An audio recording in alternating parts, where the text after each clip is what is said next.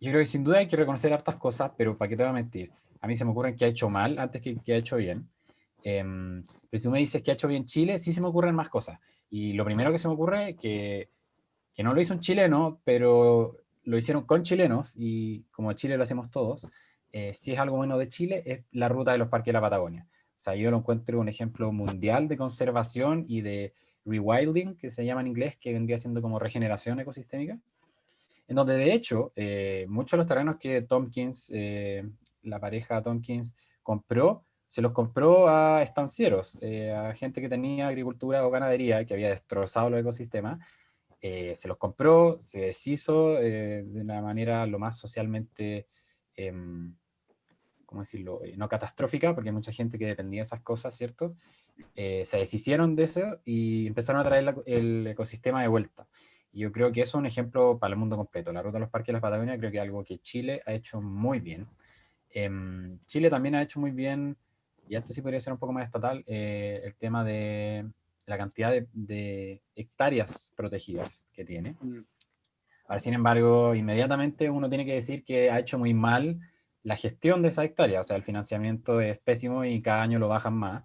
Eh, entonces, la CONAF tiene una falta de financiamiento tremenda, y claramente, bueno, no es claro, pero desde mi punto de vista es bastante claro que el incentivo a esa conservación, en muchos casos, a mí me parece que tiene que ver más con la imagen política que con realmente ver la viabilidad económica de esos lugares, porque tienen viabilidad económica. O sea, esa es la gran herencia experimental que demostró la Fundación Tompkins, que tú puedes generar turismo sustentable, puedes generar economías locales más resilientes, diversificadas, y que vayan, que sean sustentables en su relación con el ecosistema.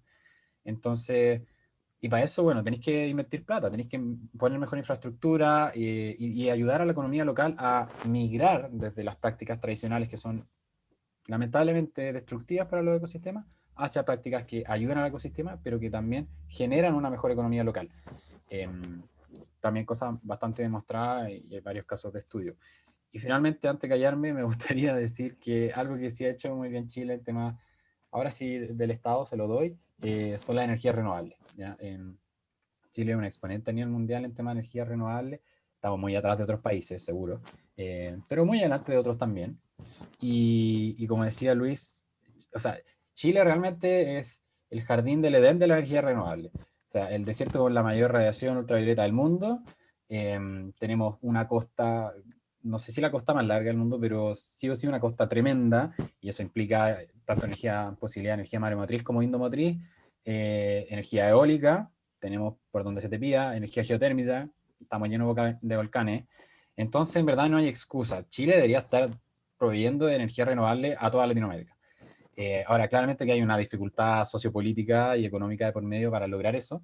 Sin embargo, se podría haber hecho muchísimo más con más voluntad política, y bueno, es un desafío que está creciendo. Tenemos un gran potencial, lo hemos hecho bastante bien. Sobre todo, como dice Luis, creo que es importante también entender el contexto histórico-cultural. Entonces, si nos comparamos con Latinoamérica, que yo creo que es ¿cómo decirlo? Es una buena medida de comparación para decir, para entender por qué hacemos o no hacemos cosas. Entonces, yo creo que en esa comparación sí estamos bastante bien. Pero ahora siempre hay que compararse con los que lo han hecho bien, independiente en qué lugar del mapa estén, porque así uno Mm. aprende más. Súper. Y, y lo último que me gustaría mencionar Mm. era temas de la COP25. Estoy muy de acuerdo con Luis. Creo que la COP25 fue de un punto pivote para muchas cosas.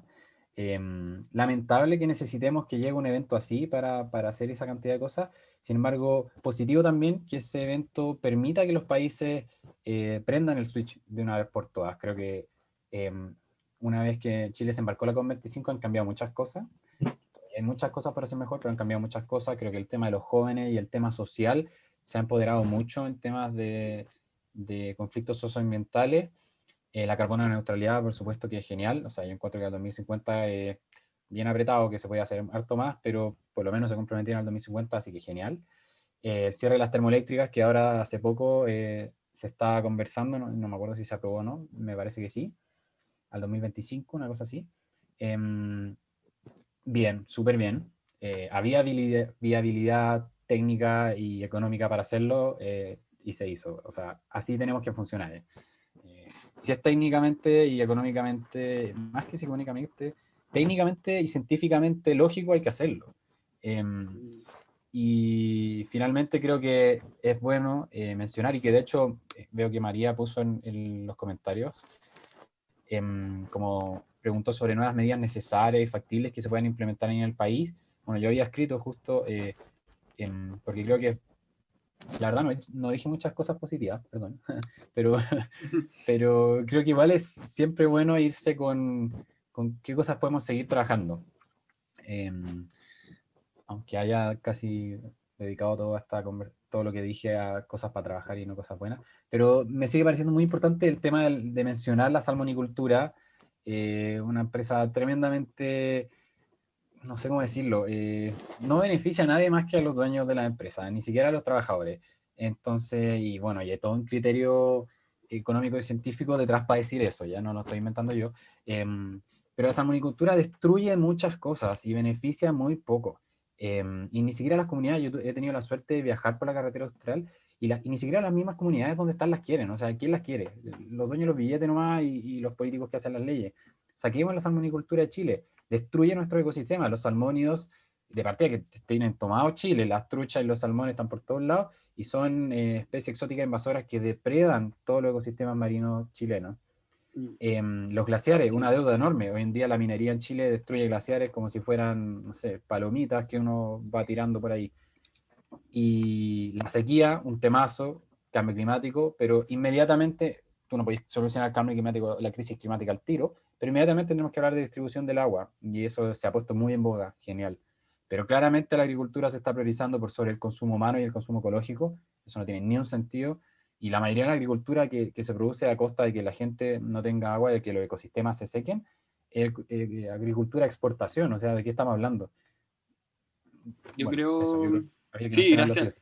Gracias Juanjo por comentarnos, creo que nos abriste todo el abanico de temas así conflictivos, temas relevantes, y yo creo que podemos entrar más en detalle en alguno, pero yo creo que a nivel general lo dijiste porque en el fondo son cosas que, al menos fue mi interpretación, que han ido agarrando vuelo.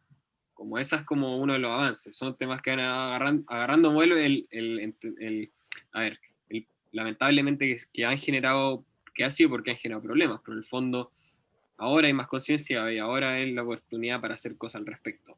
Y también, claro, está la pregunta ahí que después podemos, la pregunta que quedó en el chat, que podemos empezar después a responderla, pero también quizá quedó pendiente como comentar algunos de los detalles que dijiste, como por ejemplo el tema forestal. No sé si Daniela quiere comentar algo por ser parte del Ministerio de Agricultura. Yo creo que puede ser interesante como quizá complementar esa mirada que tenía Juanjo. Sí, o sea, mi intención no es defender al sector forestal ni decir que lo hacen regio estupendo, sino que simplemente como en términos de lo que son los inventarios de gases de efecto invernadero que los maneja el IPCC, el sector forestal como plantación forestal, pero también como bosque nativo, es uno de los sectores que captura carbono y que por lo tanto dentro de la realidad chilena está considerado como un sector que, que no emite, sino que captura. Y obviamente hay muchas críticas al sector, a las plantaciones forestales, y hay un montón de cosas que se pueden hacer mejor, pero bueno, no es rol mío o del ministerio defenderlo, sino que el rol de nosotros como Ministerio de Agricultura, y entiendo la postura de Juanjo, pero nosotros somos un Ministerio de Agricultura que es el ministerio sectorial para dar respuesta a las inquietudes o a las necesidades del sector agrícola y forestal.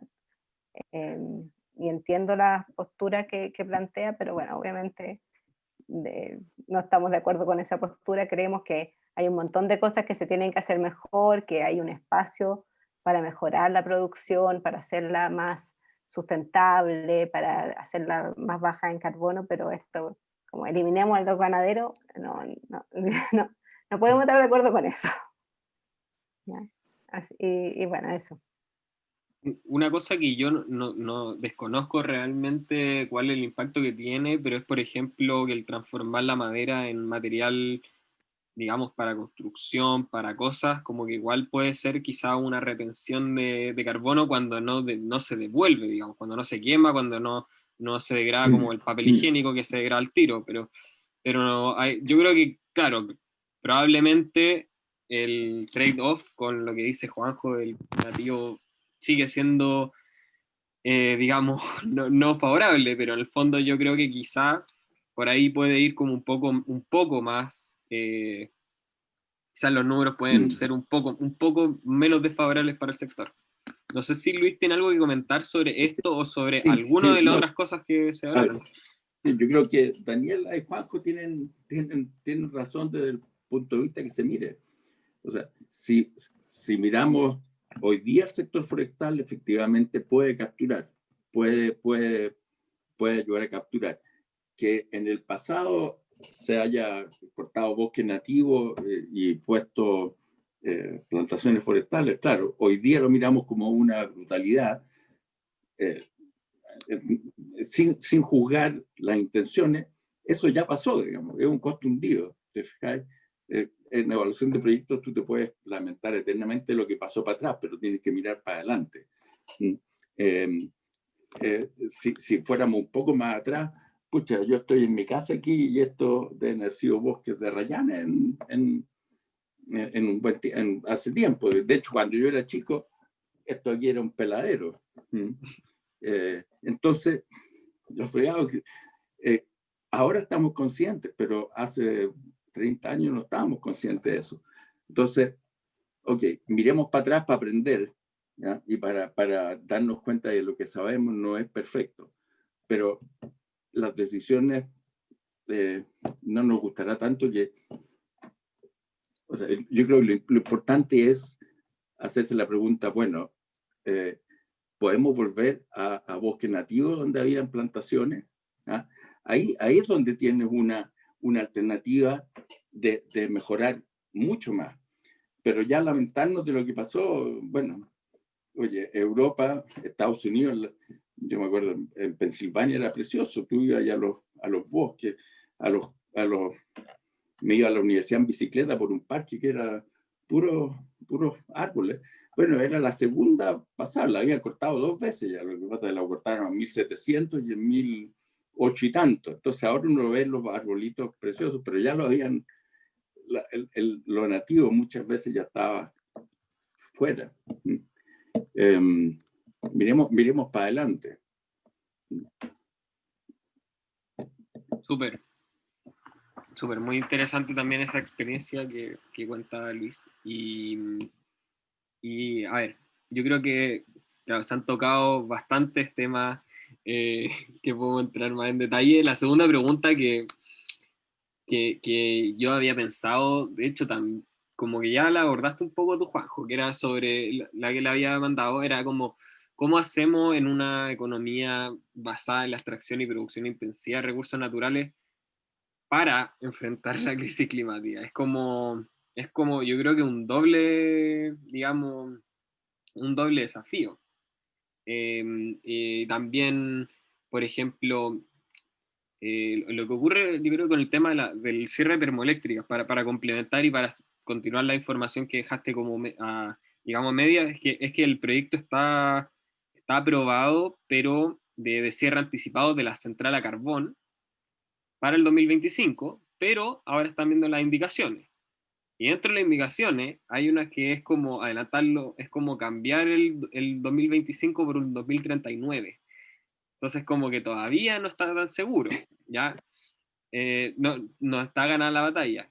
También hay otras indicaciones que son como de que ya no se puede cambiar la palabra instalar por funcionar, lo cual sería lo mismo que quién va a instalar una nueva, pero se entiende, en el fondo todavía no está tan seguro, pero está la pelea, y dentro de una de las peleas que está ahí y que uno lee quizá en algunos artículos es que se cree de que cerrando todas las termoeléctricas a carbón eh, podrían haber problemas de costo energético, podrían subir los costos porque los reemplazarían por diésel o por otros combustibles fósiles más caros que el carbón. Entonces ahí es donde uno quizá entra a la discusión como chuta, pero en realidad es válido arriesgarse a encarecer la energía para cerrar el carbón. Yo creo que quizá podemos tener la idea que sí, que en realidad vale la pena que sea un poco más caro con tal de ir con la carboneutralidad. Pero no sé cómo ustedes lo ven como desafío. ¿Creen que es factible realmente convencer al país, por ejemplo, de enfrentarse a esa dualidad? O el riesgo de quedarse sin energía, por ejemplo, que es una campaña del terror que siempre anda dando vueltas, siempre. ¿O no? Desde Hidroaicén que está dando vueltas. Desde Hidroaicén. Se la iba a mencionar, de hecho. Sí. Mira, Sí. yo creo que, sinceramente creo que ni siquiera deberíamos tener que estar conversando estas cuestiones. Estamos en una crisis climática y de los ecosistemas. La gente no le toma el peso a esa cuestión. Estamos hablando de la sexta extinción masiva de especies en el planeta Tierra. Estamos hablando de la inhabitabilidad del planeta Tierra para la vida como la conocemos. Que si te sube un poco el precio de la energía o no, es que no debería ser un tema, ¿ya? Yo a mí como que siempre salto de la silla como un cohete para arriba cuando me empiezan a decir esas cosas, porque siento que estamos, a ver, es como que te están piñiscando y mientras un gallo te está disparando y tú te preocupáis del piñisco. Entonces, creo que hay que ponerle perspectiva a las cosas. Creo que de todas maneras el tema de si la energía sube, baja de precio, que si nos quedamos con falta de energía o no, es totalmente un discurso del terror. Se vio con Hidroaicén, se supo que era una mentira con Hidroaicén, y bueno, y lo experimentamos. Hidroaicén no se hizo y Chile estaba súper tranquilo en temas de energía. En Chile, hoy en día la capacidad instalada de producción de energía es más alta de lo que consumimos. El tema de las energías renovables son más baratas que la producción tradicional a nivel mundial. En Chile puede que eso todavía no se alcance, sin embargo la tendencia está clara. De nuevo, tenemos el tema del hidrógeno verde está creciendo un montón, y como mencioné antes, Chile es el jardín del Edén de la energía renovable. O sea, yo creo que, sinceramente, creo que no debería ser tema qué tan barato o no barato. El criterio no es económico, no estamos cerrando. A ver, una vez yo escuché a Gonzalo Muñoz, el champion de la COP25, no sé si lo conocen, en una charla, ya no me acuerdo en cuál de todas, pero porque no me he encontrado varias veces, pero me gustó mucho una frase que dijo, creo que fue en la Precop, en Costa Rica, en San José. Y me gustó mucho una frase que dijo que la humanidad no salió de la edad de piedra porque se le acabara la piedra. La humanidad salió de la edad de piedra porque encontró algo mejor, ¿ya?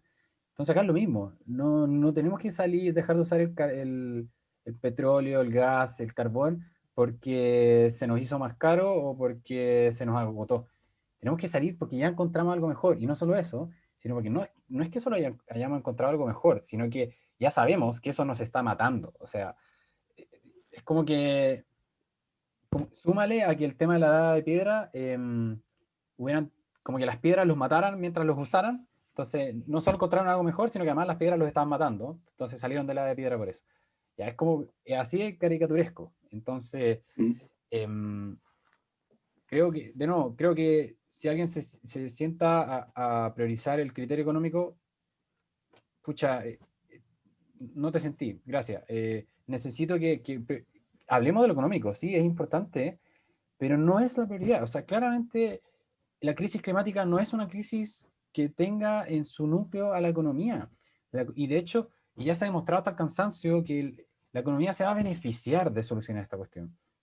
Quizás no en el corto plazo, no en un mes, no en un año, pero se beneficia, ¿cachai? Y los ejemplos están clarísimos, el mismo IPCC lo ha mostrado muchas veces, el Foro Económico Mundial, o sea, de todos lados. Ya en verdad yo no sé qué más evidencia se necesita. Realmente yo creo que es un tema de, efectivamente, hay ciertas comodidades que como sociedad o como cultura vamos a tener que dejar de lado por un momento. Sí, pero el costo de no hacerlo no tiene ni un sentido. Entonces, ahora, claramente esto lo digo yo porque, bueno, no yo, pero lo decimos muchas personas y probablemente los que estemos aquí reunidos, nosotros lo sabemos, ¿ya? Tenemos esa información, por eso somos capaces de darle esa vuelta. Y ahí está el desafío al final. El desafío es que mucha gente que no sabe de estos temas, lamentablemente, porque no tiene acceso a la información o porque no ha tenido la oportunidad de vida para aprenderlo, te van a reclamar y no les va a gustar, ¿ya? Pero eso es un desafío político-educacional, pero también la gente que toma decisiones tiene que entender que hay que tomar las mejores decisiones, no las decisiones más populares, ¿ya? Y si una decisión es impopular, pero es una buena decisión a nivel técnico, económico, científico, por donde la mirí, por todo el estudio y la evidencia que tienes, bueno, vas a tener que trabajar el tema popular, pero tomar la decisión igual.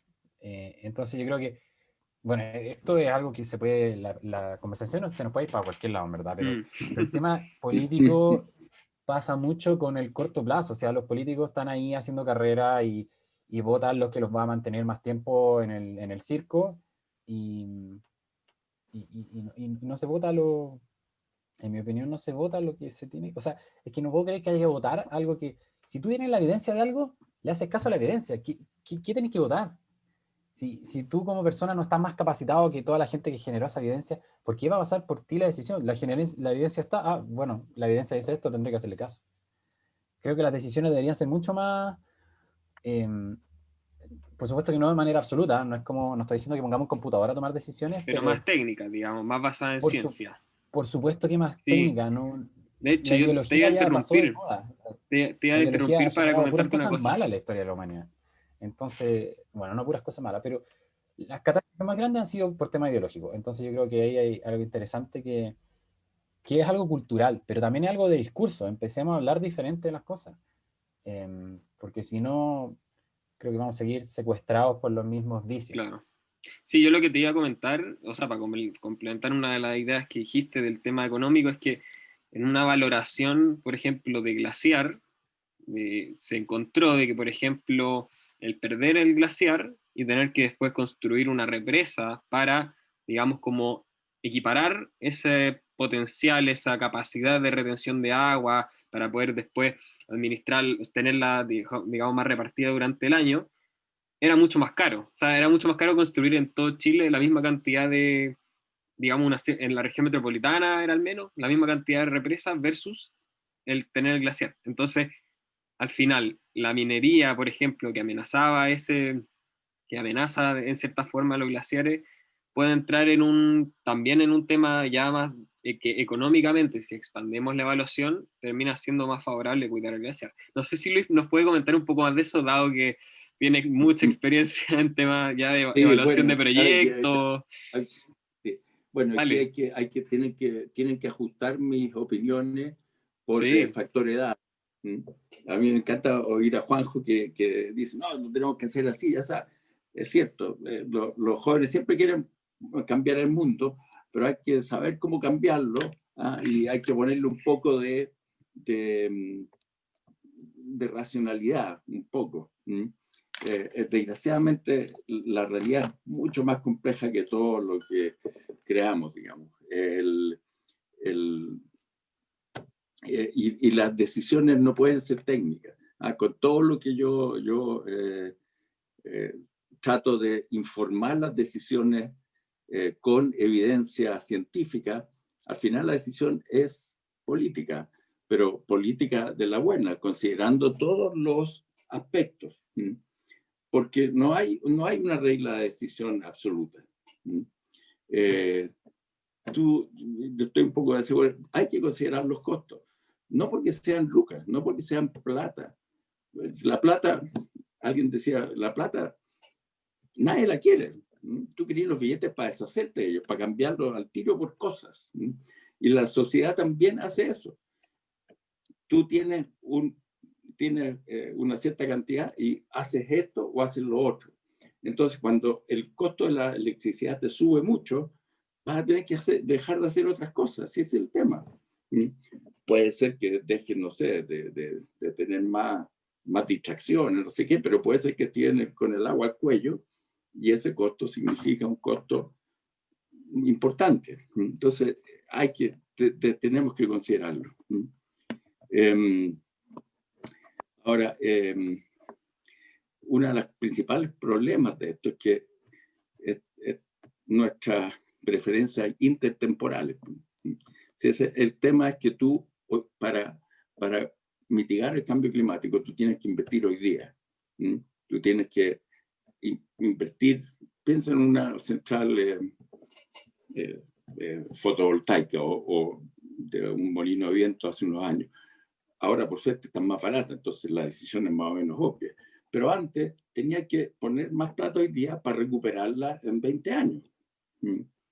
Bueno, y desgraciadamente a todos nos gusta tener más plata hoy o consumir más hoy que en 20 años más. Y eso lo estamos viendo con el tema, la discusión de las pensiones. Y el retiro del 10% y el ahorro. Si fuéramos todos perfectamente racionales, ahorraríamos harto más que el 10% de nuestro sueldo, porque si tú sacas las cuentas, con ese ahorro, durante 40 años, no podéis vivir otros 30 años con eso. Pero, de fijar, entonces, eso es lo que tiene que cambiar, y eso va cambiando cuando se te va metiendo en tu conciencia y vas generando un cambio de cultura en que ya no te importa tanto ese aspecto, algún aspecto. Por ejemplo, el de los cambios que yo veo, los autos. Cuando yo era joven, y hasta no hace tanto tiempo, la primera ambición de alguien que se titulaba era comprarse un buen auto. Ahora los carros no están ni ahí con comprarse un auto. Ahí hay un cambio cultural. No es que los autos subieron de precio, de hecho están mucho más baratos que nunca, pero no les interesa tanto. Ahí es cuando tenía un cambio que es permanente. Eso es lo que tenemos que lograr. Sí, súper. Qué bueno que vayamos sumando opiniones. De hecho, quería integrar a Daniela también sobre este tema de la evaluación más económica, de considerar los costos. Ya más en el mundo agrícola, como hemos hablado harto, y ganadero, y todas estas transformaciones o medidas, planes que sería necesario implementar ahí, también son considerados actualmente, o están siendo una piedra en el zapato, no lo son. ¿Qué puedes contarnos tú como de ese tema ya de la valoración económica de estas nuevas medidas? O sea, en particular sobre el tema de las termoeléctricas, yo entiendo a estar un poco de acuerdo con lo que plantean, pero entiendo también esta lógica más allá de la termoeléctrica de cuando estás inserto en un sistema productivo que al final tienes que hacer valoración económica un poco por lo que dice Luis, porque hay un costo, ¿cómo se dice? O sea, Costo alternativo. Eso, costo alternativo. Que hace Gracias. A, no puede hacer B. Porque claro. En algún momento llegáis al límite. Y claro, y en el fondo, y sobre todo cuando se tiene una visión, que yo creo que eso pasa mucho en el sector agrícola, que es cortoplacista, entonces que no están viendo que si no hacen las inversiones o si no cambian los sistemas de producción, de aquí a 10 años no van a tener agua, no van a tener cómo producir. Entonces, esa mirada yo creo que falta, y que si uno hace la evaluación económica con esa mirada de largo plazo y considerando esos efectos adversos que se podrían llegar a tener, obviamente que cambia la valoración económica, ¿ya? Pero en general, por lo menos desde mi perspectiva, en el sector agrícola se tiende a tener una visión más de corto plazo, y bueno, y hoy en día estamos, no sé si Juanjo o Luis mencionó el tema del agua, que es un tema que es crítico para que se produzca agricultura y por lo tanto para producir alimentos, porque al final también cuando hablamos de agricultura estamos hablando de alimentos, no estamos hablando de, no sé, un auto como mencionaban. Entonces yo creo que falta esa mirada de largo plazo como para poder internalizar y acelerar los cambios que son necesarios.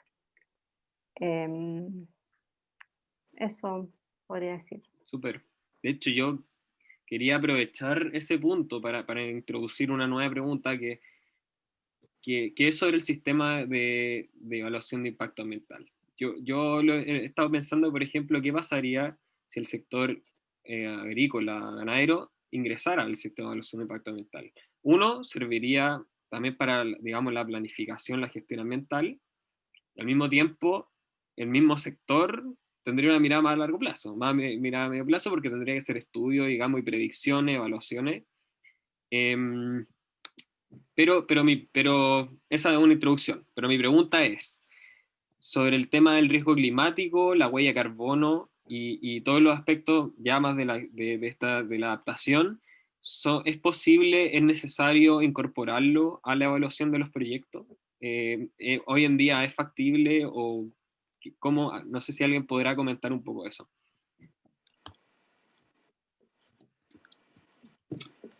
Es factible y se está haciendo ya. Las compañías de seguro y de reaseguro hace rato que están considerando los riesgos climáticos porque ellos pagan los daños de los asegurados. La bolsa, hace mucho tiempo algunos fondos de inversión soberanos consideran también el riesgo y es, en el fondo, es una decisión racional. No tienes que tener nada de querer, no sé, ser ambientalista. Si tú inviertes hoy día en Exxon, escucha, sabéis que tiene poco futuro, digamos, salvo que se diversifique y haga otras cosas. Ahora, el tema es cómo hace esa evaluación social, cómo lo consideran la evaluación social. Y ahí claro. Chile también ha sido, también estamos avanzados. Tenemos dentro del Sistema Nacional de Inversiones, que es las evaluaciones sociales que hace el Ministerio de Desarrollo Social de todas las obras de infraestructura, se considera un precio sombra al carbono, que no son $5, son $32. Es bastante alto. Se hará, tal vez no se hace tan clarito, pero está considerado. Y las empresas privadas lo están, o sea, si no lo hacen, están perdiendo o están invirtiendo mal. Cualquier empresa que haga, no sé, la central esta que hizo, que todavía no se funciona, Alto Maipo, de repente corren muchos rumores que se va a quedar sin agua y todo. Bueno, si la empresa no consideró el cambio climático porque es, no sé, denier, o sea, que no lo cree, claro, le va a costar re caro porque independiente que nos guste o no nos guste, hizo una tremenda obra y se va a quedar sin agua. Entonces, es casi de racionalidad, de sentido común. Súper.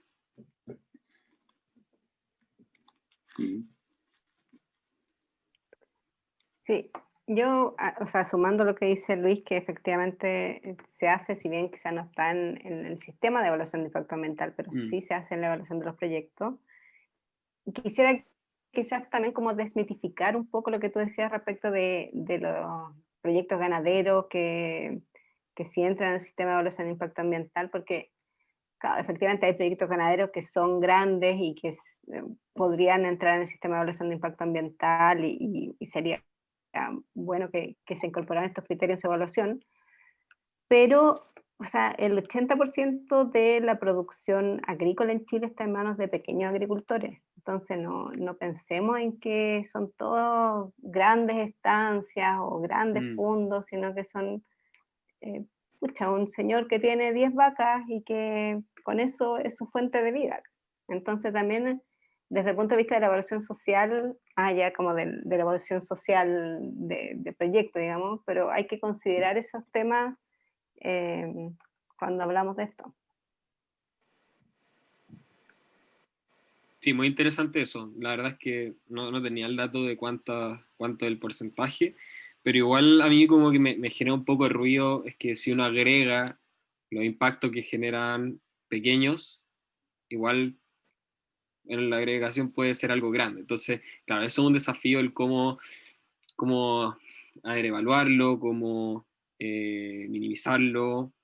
mitigarlo, pero yo esa pregunta la hago más como en el cómo se van a planificar los cambios estratégicos y de planes en el sector para la agricultura. Si tienen que hacerlo cada uno de los pequeños agricultores, entonces también va a ser algo complicado. Entonces, eso, no sé si Juanjo quiere comentar algo de lo último que se ha hablado, si no paso con la siguiente pregunta. No, solo me gustaría agregar que, o sea, yo creo que tuviste en el clavo, que no porque sean chicos,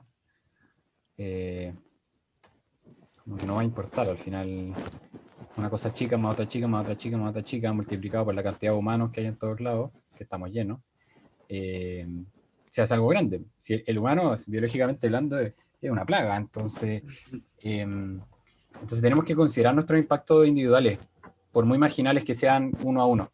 Y creo que una buena forma, aunque podría ser compleja a nivel institucional, pero buena y al final del día necesaria, es verlo a nivel territorial. Tiene que haber, en mi opinión, algún tipo de gobernanza territorial que considere esas cosas. Quizá, no sé hasta qué punto se haga o no, pero como tú mencionabas, o sea, los criterios sí o sí no pueden ser solo económicos ni solo sociales. O sea, lo social no incluye lo medioambiental necesariamente, sin embargo, lo medioambiental sí incluye lo social. Entonces, sí o sí tiene que tener las tres patitas y no debería depender del tamaño de si se hace una evaluación o no. Porque hoy en día, plena era la información, cada vez más somos capaces de manejar hartos volúmenes de información, entonces se puede trabajar a nivel territorial haciendo una buena gestión de información. Ahora, ¿qué nos falta? Sí, o sea, la mayoría de las municipalidades en Chile son extremadamente rurales y tienen un nivel de analfabetización digital, por así decirlo, bastante alto. O sea, hay una complejidad digital que es real, o sea, en Chile, en Latinoamérica y en muchos lados del mundo. Sin embargo, creo que la manera de empezarlo es decir, oye, necesitamos llegar allá y trabajémoslo. Yo creo que es distinto decir, es difícil llegar, pero trabajémoslo, a decir, es difícil llegar, entonces esperemos hasta que sea más fácil para trabajar. Sí. Súper. Nos van quedando ya 10 minutos, que entonces yo creo que quizás vamos a hacer una última ronda de comentarios para ir como nos despedimos, qué hemos aprendido, y también quizá como enfocarnos, que cada uno diga cuál cree que es el primer desafío, el principal desafío que le queda así como dando vueltas. Y desafío que se puede abordar desde la academia, desde la ciudadanía, desde el Estado, desde esos 3 puntos. No sé si pueden comentar cada uno como con qué se quedan, digamos, qué es lo que destacan como desafío por la acción climática en Chile.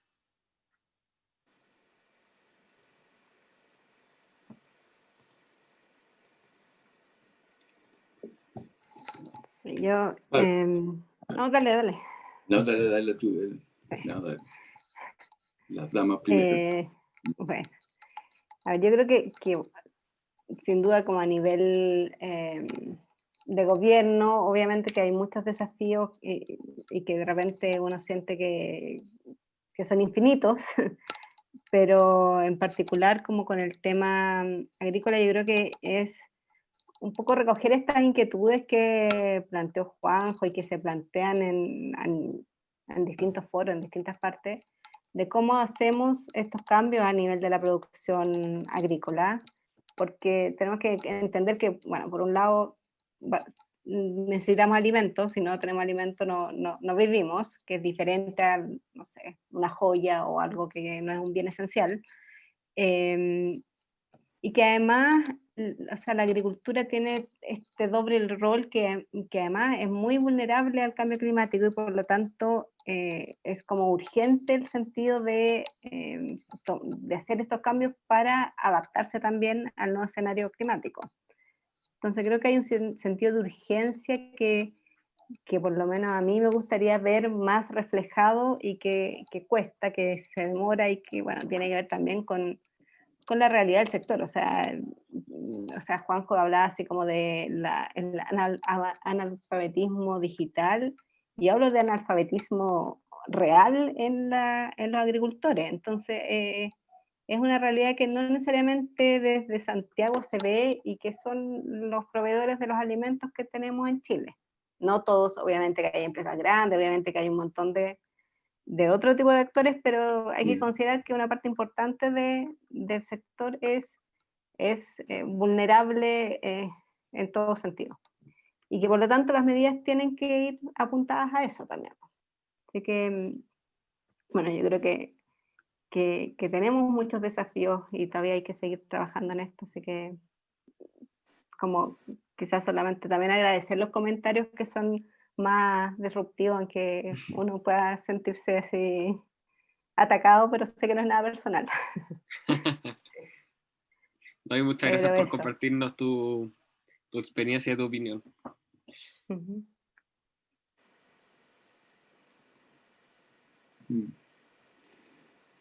Yo creo que desde la academia tenemos un rol claro de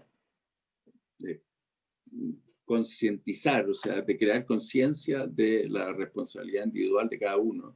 Y sobre todo en el caso de nuestros alumnos, que van a tener generalmente responsabilidades de decisión importantes, que consideren las implicancias de sus decisiones, todas las implicancias, no solo las privadas y las propias.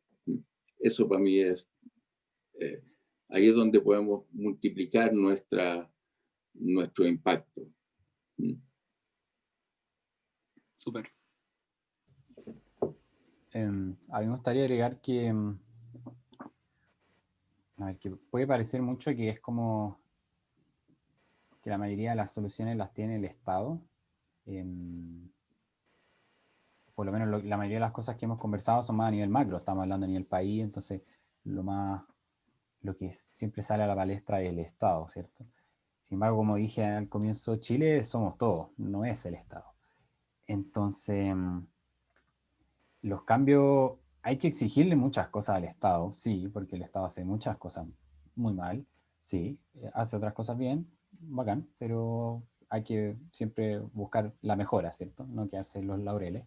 Entonces hay que exigirle muchas cosas al Estado sin lugar a dudas, pero también hay que exigirnos muchas cosas a nosotros mismos y hay que exigirle muchas cosas a los privados.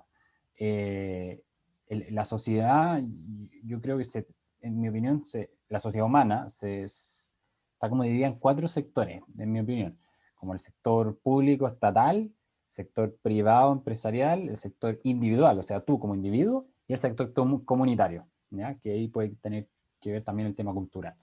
Entonces yo creo que no hay que tirarle todos los palos al Estado, si bien tiene mucho que trabajar, también hay que ser consecuente, oye, ¿para qué empresa estás trabajando tú? Oye, ¿qué haces tú a nivel personal con tus decisiones individuales en el día a día? ¿Qué consumes, qué no consumes, qué predicas, qué no practicas? Y también a nivel comunitario, ¿cómo te relacionas con la gente alrededor tuyo? ¿Qué tanto, no sé, pues, ayudas al vecino que necesita o que no necesita? ¿Qué tanto ayudas a educar? Porque la educación no se da solo en los colegios y en las universidades. Conversar es educar. También, bueno, hoy en día, de nuevo, plena era la información, las redes sociales también cumplen un rol importante. Nosotros también conversamos en redes sociales de muchas maneras. Conversamos a través de fotografías, conversamos a través de me gusta, de likes, de lo que sea. Entonces creo que también hay que ser consecuente en eso. Todos nos necesitamos a todos, ¿ya? Y por muy cliché que suene, es cierto. O sea, no hay que sacarse la responsabilidad encima en ninguno de los ámbitos de la sociedad humana. También creo que es importante considerar que no es necesario ser perfecto. O sea, yo no soy en lo absoluto un ambientalista, por así decirlo, o ecologista, como quieras decirle, perfecto. O sea, hay muchas cosas que no son perfectas. O sea, yo creo que el humano perfecto es Tarzán, que vive en la mitad del ecosistema desde el punto de vista ecológico. Es el único humano que no hace daño al medio ambiente y quizá igual haga algún daño. Como humanos modernos tenemos un impacto y ser ecosistémicamente perfecto es imposible. Sin embargo, eso no significa que no tengamos que caminar en esa dirección. O sea, aquí creo que es súper importante decir, sí, hay cosas que me falta cumplir, quizás hay cosas que estoy más o menos dispuesto a cumplir, y puede llegar a ser muy válido no reprocharnos lo que nos falta, sino que crecer sobre lo que estamos avanzando. Pero lo importante es eso, estar avanzando. Tampoco tirarse al sillón y decir, ya me rindo, que lo haga todo el Estado. O me rindo que lo haga toda la empresa. No, como que esto tiene que ser un camino de ser mejor versión de uno mismo, como persona, como comunidad, como empresas y como Estado. Pero con urgencia, eso es lo importante, que esta cuestión es urgente, ya esto no es como, no sé, son feas las comparaciones, pero no es como el hambre. En la historia de la humanidad el hambre ha existido siempre, y es algo súper terrible y que hay que trabajar, pero ha existido siempre y lamentablemente va a seguir existiendo por un tiempo. Pero esta cuestión no, esta cuestión es un punto de inflexión. ¿Lo solucionamos o no lo solucionamos? Y se acabó. Y es así, la historia de la humanidad está pasando por un punto de inflexión, aunque suene muy catastrófico.